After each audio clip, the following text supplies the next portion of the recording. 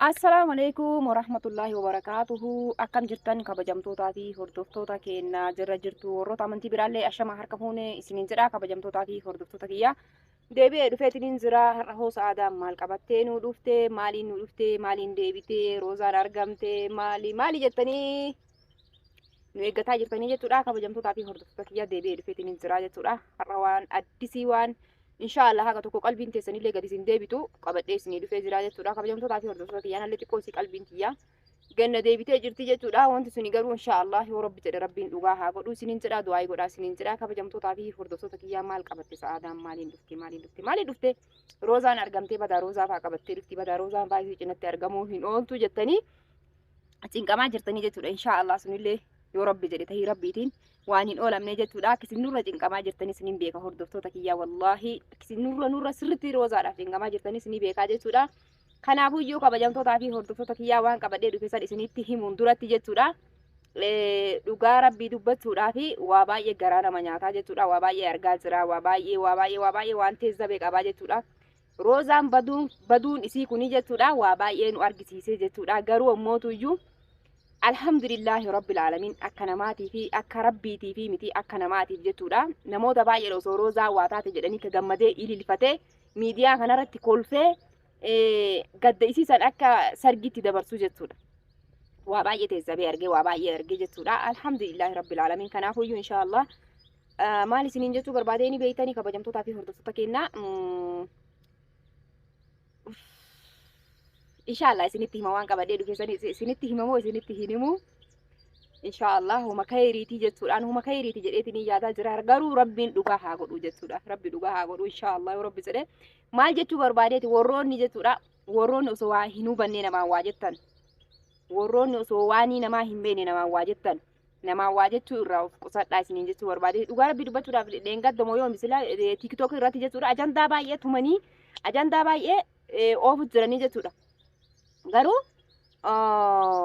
roozaan har'aa miti jechuudha kasiin badde har'aa miti kalee miti jechuudha kasiin badde roozaan eega badde ji'a lamaa fi ji'a sadiif deemti jechuudha kanaafuuyyuu akka nama roozaan har'a badde yookaan kalee baddeetti ajandaa tiktok ittiin guddifachuuf fooloo ittiin barbaadaa jiran jechuudha amma roozaan har'a hin banne kalee hin banne jechuudha fooloo ittiin barbaadaa jirtan fooloo ittiin guddifachuudhaaf ka isin achirra teettanii fandaatumaa jirtanii jechuudha garuu ammootuyyuu bakka isin arge nama hunda hin taane oromoo hunda osoo hin taane jechuudha nama kee fakkaatanii akka nama roozaaf rakkatee yookaan nuuf rakkatee roozaaf cinqamee fakkaatanii jechuudha achirra taa'anii ajandaa garagaraa bananii ajandaa garagaraa uumanii jechuudha achirra taa'anii kolfanii taphatanii ka isaan waa baay'ee haasaa turan arguu ture jechuudha tiktok yuutuubii irratti illee gadhiifamee jira jechuudha ajandaan suni gara tiktokiitiin illee gadhiifamee jira yuutuubii irratti illee gadhiifamee jira jechuudha Umaa miti rabbiin jazaa keessan isinii haa kafalu waan feetan jedha waan feetan haasaa jechuudha jazaa keessan rabbiin isinii haa kafalu isiniin jedha nuuf lubbuudha isiniif taphaa jechuudha taphadha akka feetanitti waan feetan haasaa jechuudha ana faana akka nama na beeku akka nama na beekanii tokkotti bar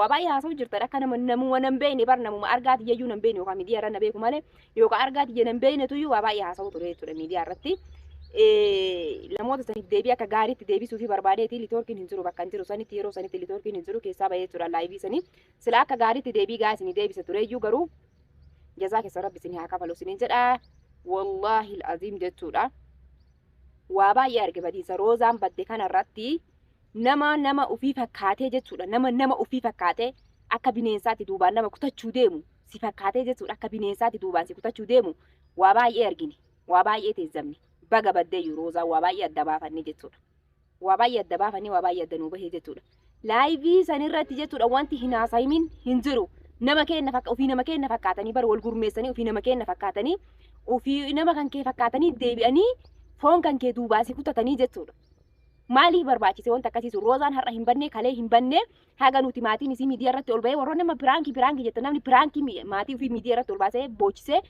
birrii jechuudha piraankii ittiin dalagu takkaayyuu hin jiru jechuudha warroonni piraankii jettanis haasaa isin waan barbaaddan nuuf lubbuudha garuu isinuma barbaaddan haasaa waan isinitti fakkaate jechuudha kanaafuyyuu roozaan kalee hin banne har'a hin banne akka nama roozaan har'a baddee kalee baddee oduu isiisan har'a dhageettaniiti jechuudha laayivii irratti ol baatanii waan hin taane haasoitan maaliif isinirraa barbaachise nama keenya fakkaatanii jechuudha nu fakkaatanii akka nama nuuf rifatee nuuf quuqameetti jechuudha maaliif barbaachise jecha akkasii jedhaallee isin uummata akka rakkinni hin qabu akka barbaadanitti haasaya akka barbaadanitti fudhadha gara barbaadanitti haasaya uummata akka rakkin hin jirre jechuudha waa baay'ee adda baafannee jirra garuu baguma baddee jiru roozaa waa baay'ee addanuu bahee jechuudha.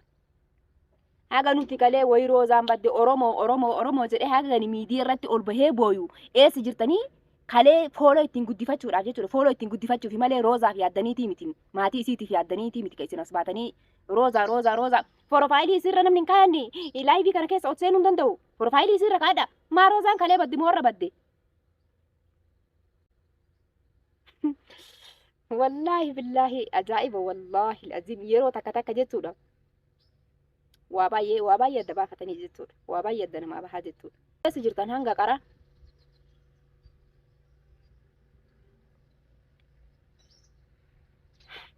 Saada harka keessaa qabda saada harka keessaa an harka keessaa yoo qabaadhe maal godhaa miidiyaa irratti maaltu miidiyaa irra baasee na bochisiise maaltu harka keessaa qaba mootu isiin tun niitii namaati isiin niitii namaa tana fuudhee awwaale akka maal ta'u fuudhee awwaale maaltu na bochisaa asla miidiyaa irratti maaltu na bochisa wanti miidiyaa irratti na bochisu ni jira yookaan harka keessaa qabaadhu taate jechuudha.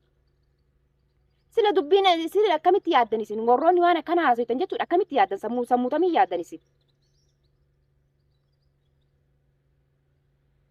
Ana na beeytanii le warroonni viidiyoo kiyya hordofu na beeytanii le nama akkamii akka ta'e akka nama tuunes ni beeytan garuu ammootuyyuu waan hin taane dubbii osoo keessa hin hubanne keessa hubadha viidiyoo namaa waan namni gadhiisu dhageeffadha yoo ammootu hin dhageeffannu jettan dhiisaa namarraa hin haasa'ina waa'ee namaatirraa hin haasa'ina dhugaa rabbi isin hin fayyadu waa'ee namaatirraa haasa'uun nama hamachuun waan takka isin hin fayyadu jechuudha nama namatiin dhiisaa ofirra. Takka ammoo viidiyoo nama hanga dhumaatti dhageeffadha waan namni gadhiisu waan namni haasa'u hanga dhumaatti dhageeffadha waan namaan jechuun duratti jechuudha. Ana nama akkamillee akka ta'e ni beeytan akka nama hin tuunes ni beeytan. Ani irra guddinaan jechuudha dhimma roozaa kanallee silaa akka amma namoonni baay'een dhimma isiiti jaarsaa wallolte yookaan dhimma isiiti maaltu nu ga'e jedhanii callisanitti callisuu hin wallaalle garuu waan callisiisuu na dhoorge jira malee callisuu hin wallaalle akka namni callisetti. Ka mana kiyya gatee mana kiyya cufee garaa na fiigee isii barbaadu jiruuf waa keessaa argadhaafi miti. Qorii waliin kalee nyaanne santuuyyuu garaa na fiisisaana. Haadhaa fi abbaa isiisan ijaan arga waan isaan tahaa jiran. Kanaafuu sila osoo maatiin kun akkana ta'u micattii tana duute jirti isii osoo addaan hin baafatin akkamitti ol deebi'ee nyaadhee dhuga nyaata maaltu natti tola. Dhugiitii maaltu natti tola. Hirriba maaltu na qaba. Isin garuu Rabbi jazaa keessan isinii haa deebi'u. Kanaafuu Rabbiin jazaa keessan isinii haa deebi'u isiniin jedha. Awwaan takkayyuu isiniin jechuu hin danda'u jechuudha. Garuu ammallee wanti irra deebi'ee isinii dhaamu. Huma fedhayyuu haa ta'u eenyumayyuu haa ta'u jechuudha. Ana bichaa osoo hin taane eenyumayyuu haa ta'u jechuudha. Waan wahii osoo addaan hin baafatin namarraa hin haasa'inaa waa'ee namaa hin haasa'inaa. Yaa ummata keenya yaa ummata Oromoo waa'ee namaa hin haasa'inaa osoo nama addaan hin baafatin maalummaa namaa osoo addaan hin baafatin waan tokko osoo addaan hin baafatin haasa'uun isin hin barbaachisu waa'ee namaatirraa jechuudha. Kanaafuuyyuu kabajamtootaa fi hordoftoota kiyya warroonni nu jajjabeessitanii abshir isin waliin jirra jettan. Galatooma baay'ee takkan isin galateeffadha isin jaaladha isin kabaja. Naaf galatoomaa isiniin jedha ammallee irra deebi'ee. Wanta har'a qabadhee dhufee maa inni ni beeytanii inshallah garuu wanti kuni dhugaa tahaa fi soba tahaa adda hin baafannee adda baafachuu deemaa jechuudha. Dirqama narratti ta'ee dirqama adda baafachuu qaba waan kana abbaa roozaatitti illee osoo hin himin ofumatti yaa dirqama deemee adda baafachuu qaba jechuudha waan kanaas sagalee namni wahii naa qabee jechuudha nama san walillee hin beeynu ani miidiyaa keessan hordofaa akkana jettee micattii wahii na dubbistee turte jechuudha sagaleen isii as keessa jirti ta'isii westaappiidhaan naa qabdee isin dhageessisuu danda'a jechuudha yeroo ammaa kana. Westaappiidhaan naa qabdee salaamu alaikum sa'aadanaan jettee waalaikum salaam ati eenyu jedheeni ana ibaluu kiyya maal gootaa miti micattiin isin barbaaddan sun argamte moo maal jettee na gaafatte sagalee isii kama waliin dhageeffannu tahaa isiniin jedha hordoftootaa fi kabajamtoota kiyya. Wallahi waa baay'een xiixxalee waa baay'ee namoota baay'ee na arrabse jechuudha guyyaa san laayivii san jalatti namoota baay'ee na arrabse namoonni waanii kiyya hin beeyne maalummaa kiyya hin beeynetu achi jala taa'ee achi gubbarra taa'ee na arrabse jechuudha haan arrabsanii rakkoo hin qabu. Ani garuu roozaa fi malee yookaan namaafillee miti yookaan namni sun waanaan jedhee ani roozaa barbaachallee hin dhiisuu jecha namaafillee nama bakka kennuu miti abbaan fedhe waan fedhe haa jedhu jechuudha ani jecha namaa irrallee hin kaadhu namaafillee bakka hin kennu jechuudha. Kanaafuyyuu kabajamtootaa fi hordoftoota kiyyaa sagalee obboleettiin tiyatu naa qabdee maal akka jettu maal akka waliin haasofne waliin dhageeffannee tiniini inshaallah yoo rabbi jedhee walitti deebinaa jechuudha. Mee sagalee buleetii xiyyaa kana isin dhageessisaa isiniin jedhaan. Inshaallah garuu wanti kun akka inni dhugaa ta'u wallahi qalbitu ganna gammade qalbiin akka nama bishaan qorraa wahii dhugeetti akkasi qalbiin ganna deebite akka waan roozaan ammumutan roozaan na bira jirtu roozaa harkaa qabu tokkotti qalbiin ganna deebite jechuudha. Inshaallah akka dhugaa ta'us abdiin qaba yaa rabbii kiyyaa du'aa godhaa isinillee isiniin jedha. Mee fachaa buleetii xiyyaa tana sagalee isii waliin dhageeffanneetiin walitti deebinaa jechuudha. Salaam alaikum akkas nagaa qabda. Saadaadhaan meeshaa tajaajilaa xinqabeetii fi ammanaa deemu. Waalaikum salaam warahmatullahi. Salaam alaikum akkas nagaa qabda. Saadaadhaan meeshaa tajaajilaa xinqabeetii fi ammanaa deemu. Lawrataa tokko nagaa fayyaadha. Ana saadaadha eenyuuti? Isin argee ture miidiyaa irratti mucayyoo wayii kagarsiisan argee. Sagaleen isii baay'ee nagaamu. Isin boottan argee saniif si tajaajilee jiru. Ati maaliifiti yuusi? Mee sagalee tanaa deebisii daddafiiti yaajaa guddaadhaafi. Ana saadaadha sirriidha. Roozaa miidhagdii jedhamtu takka ati mee dura siyyuun beekni maqaa kan kee eenyu maal naan jechuu barbaaddeeti mee addanaa baasi dura sirriitti si barachuu barbaadeeti maachuun waa boroo dhageetti mootillee hin beeku mee addanaa baasi eenyuti. Hajaan cinqaasummaa inni abbulitti mee sillee hin beeku naa deebisee dhabii. Tura silti cufatee tura akkasumatti. Suuta wal baranna jedhani maqaa kee maal gootaan? Hajaan cinqaasummaa inni abbulitti mee sillee hin beeku naa deebisee dhabii. Amma ati eessa jirtu sitta jameeti eessa jirtaa? Dafii naa deebisimee sagalee kana dadda. Ani bakka hin jiru Adaamaa jira beekee ammaaf Adaamaa jira. Garuu maa inni mee dafii natti migaa ishee addanaa baasi lubbuun na cinqamtee jirti dhugaa rabbii mee natti mi daddafe addanaa baasi maaliif na hajamte garuu? Hafuura mucayyoo to'itanii sawwaa dhageettanii mee natti mi daddafi naa deebisi.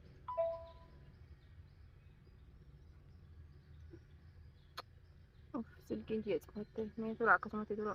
Garuu waati na himi sitti ma waan ishiin wal barannee waan wahii. Hafuura mucayyoo to'itanii sawwaa dhageettanii mee natti mi daddafi naa deebisi. Natti uummata akka wanti nu dhageenye hin jiru waa'ee roozaa baanteeti uummata akka wanti nu dhageenye hin jiru maa waa dhageessu moo si bira jirtu moo akkamii waa quba qabdaa beektan obaasii waa kodeetii kiyya qalbii narra raasini. Wahii na gaafattee waan isheen na gaafatte sirratti waan himu qabu garuu dammoo na gaafatte san. Tura akkasumatti azaana irra dhufe silkiitiya. Garuu waati na himi jette sitti ma waan isheen na gaafatte san. Dhugaa jirtu natti himi dhugaadha moo dubbiin tuni sobaa. Fachaa sagalee dhugaa isin beeksisa. Dhugaa taata moo ati amma natti taphatu jirtu mee dhugaa jirtu natti himi qalbii narra raasini yoo obboleettii ka qabaatu taate yoo ilma musliimaa ka taatu taate jechuudha qalbii tiyya narra raasini dhugaa jirtu natti himi dhugaadha moo dubbiin tuni sobaa addanaa baasi dhugaa natti himate amma eessa jirtu bakka jirtu mooyyaleedha. Ishaayyee adda baasii natti misuun maalummaa jechuun maal waliin haasoftammee makiinaa keessa wal argitanii ishaayyee suuraa isiitu kaasii na ergime suuraa isii kaastee maalaan ergi yeroo san akka nuti miidiyaa irratti maatiin isii miidiyaa irra maraataa jiru ni argitaa miti suuraa isii kaafatte ni qabdaa yeroo san yookaan mee jechuun sagalee isii waan wayii wanti qabataman harkaa qabdu ni jira jechuu waan haasa'u waan dhiisullee hin beeku lamman tana mee dhugaa jirtu adda baasii daa'imi.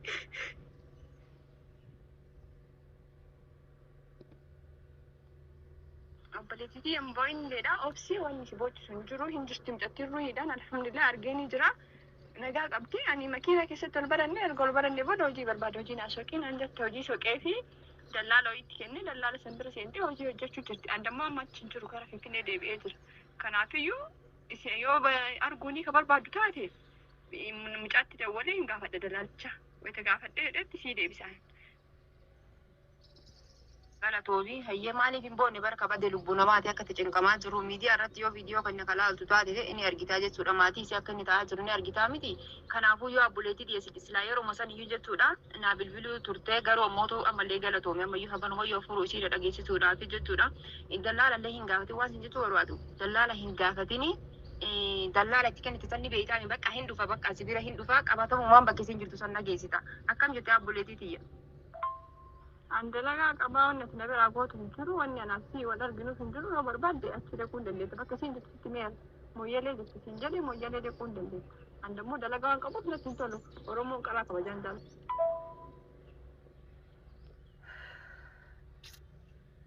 Ara rabbi sodaadhu akkana naan hin jedhu rabbi sodaadhu yoo rabbiin beekte rabbitti ni amantaa miti ati obboleettii hin qabdu carraan nu mudate kun yookaas illee mudachuu ni mala yookaan gareen muudeetiin si deebi'uun mala waan akkanaa ni jedhi waan ati barbaadde siif godhe obboleettii waan ati barbaadde moo barbaadde nan qabadhu siif godhe bakka fakkiin siin jirtu san qabatamaan bira nageessi waan ati barbaadde siif godhe sagalee xiyyaalaatti dhaggeeffatti ni haala dubbachuu dibbe. yaa rabbi sagalee xiyyaa dhaggeeffannee gamma ishii maal feeta waan ati barbaadde siif godhe birrii feeta moo maal feeta waan ati barbaadde siif godhe bakka siin jirtu san bisaa nageessa rabbi sodaadhu dhufa kun guyyaa boruu kana sa'aatii kanatti bira jira jechuudha. Ishii bakka ofiiyyuu bira nan geessin nalleen argiin qaaman bakka bilbilumaan bakkisiin jirtu naannawa isiin jirtu milikkatumaan naaf himi ishii ayyee yaa obboleettii waan ati barbaadde siif godha garaan ittiin jabaatiin obboleettii yoo qabaatu taate. Sagalee xiyyalee ilaaltee callisiniin naaf deebisee yaa obboleettii ati ilmoo muslimaatii miti. Sagalee xiyya tana ilaaltee yoo rabbiin sodaadde sagalee xiyya tana ilaaltee callisiniin naaf deebisi. Sagalee xiyya tana ilaaltee callisiniin naaf deebisi waan ati barbaadde siif godha ishii. Obboleettii wanni asitti mee sirraa argachuuf osoo hin taane rabbi irraa argachuuf wanni ati birrii sii kenna jettee wanni na jettuuf hin jiru birrii barbaadeetii miti akkasitti ajrii rabbi irraa argachuuf akkuma isin cinqamtan sana obboleettii illee ni qabu anis ni beeka waan hundayyuu kanaafii wanni ati gootu yoo jiraate hoteela guddicha Sumaalee kan jedhamu jira achi dhaqiitii hoteela guddicha san keessa daleetii achi dhaqiitii gaafadhu waan dalagaa qaba ammayyuu siif jedhee dhaabattee dalagaa kee dhiisee si wajjin haasa'u jira. Hoteelli siin dalee hoteela Sumaaleeti achi keessatti hoteela guddicha beekamaadha. Abbaa feetoo gaafatti si fiduu danda'an. Kanaafiyyuu dheeqeetii laalii achi jirti. Wanni ati na caqalceetuuf hin jiru Oromoon karaa kabajan taate. Ishaayyee hangana naa himuu keetiif hedduu takka galatoon baay'ee si galateeffadha. Baay'ee takka naa galatoon siin jira obboleettiitiyyaa. Ishii bakka ayyee hin gaafadha hin dhufa bakka guyyaa boruu kan hin dhufaa jechuudha inshallah warabbi nagaa hannu haa bulchu ammayyuu sa'aatiin deemee jira makiinaan argadhu malee silaa sa'aatii ammaa kanayyuu hin dhufaa jechuudha. Gizee achi ga'ee bakka asii bilbila narraa kaasi. Obboleettiitii yoo wanni ati naa bilbiltuuf hin jiru an dalagaa qaba. Wanni ati bilbiltee dhuftee isii bira si geessuuf hin jiru boodaa sitti meetira deeqiitii barbaadadhu an dalagaa qaba. Yoo saniin gadda bilooksi godhaan. Ishaayyee bakka galatoomii hagana yoo fure siin dhageessisuu keetiif baay'ee takka galatoomii siin jedheetiin hin jira. Ishaayyee bakka obboleettii xiyya hayyee yoo biloo kana goote nama takka rakkoo hin qabu garuu mootuyyuu abdii sirraan kutadhu inshallah akka yeroo achi ga'e yookaan sii dawwaleen akkanarraa kaastus abdii sirraa qaba ishee galatoomii maraa baay'ee. Kabajamtootaa fi hordoftoota kiyya dhageettan jedheetiin yaada jechuudha obboleettiin maqaa isiillee natti himuu diddee jechuudha maqaa isiillee natti hin himne bakki roozaan jirtu mooyyeleedha hoteela akkanaa jirti achi dhaqii gaafadhu hoteela guddaa beekamaa jirti jechuudha achi dhaqii gaafadhu abbaa feetis himaa abbaa feetis geessaa hoteela beekamaadha achi keessaa hoteela Sumaalee keessa dalaydinaan jette garuu dubbiin tuni shakkiin attaatee jirti wanti kun qabatamaa miti kan jedhu shakkiin attaatee jirti. Maraafuyyuu dirqamaa gamooyyalee deemuun kiyya abbaa roozaatitti illee hin himu jechuudha dubbii tana abbaa roozaatitti illee hin himu qalbiin gadi isin haa deebitu isinillee hangaanuma abbaa roozaa kaleenaa bilbilanii turaniyyuu nagaa qaba ho'i waa dhageetti maal uummata akka hin dhageenye naan jennan uummata akka hin dhageenye isin ho'i waa dhageettanii jedhanii uummata akka hin dhageenye naan jedhanii akkasii adda cufannee jechuudha nam takkatti iyyuu hin himu deemeetiniin dirqama mooyyalee deemuu qaba bakka inshaallah yoo rabbi jedhe rabbi nagaa haa nu haa bulchu. Borosirraa Shaashamannee yaabbadhee Shaashamannee irraa mooyyalee yaabbadhaa jechuudha makiinaan mooyyalee deemuu ganama sa'aatii 10 akkasii yaabbatanii ilaa hanga galgala sa'aatii 10 akkasii 12 fakkaatee jechuudha dirqama mooyyalee deemuu kiyya dirqama waan kana adda baafachuuf dirqama adda baafachuu qaba dhugaa taatus kijiba taatus dirqama mooyyalee deemee adda baafachuu qaba jechuudha kabajamtootaa fi hordoftoota kiyyaa wanti an har'a qabadhee isinii dhufee kanuma inshaallah akka dubbiin tun dhugaa taatee roozaa qabadhee isinii dhufu du'aa inaa godhaa isiniin jedha inshallah ta'ii rabbiitiini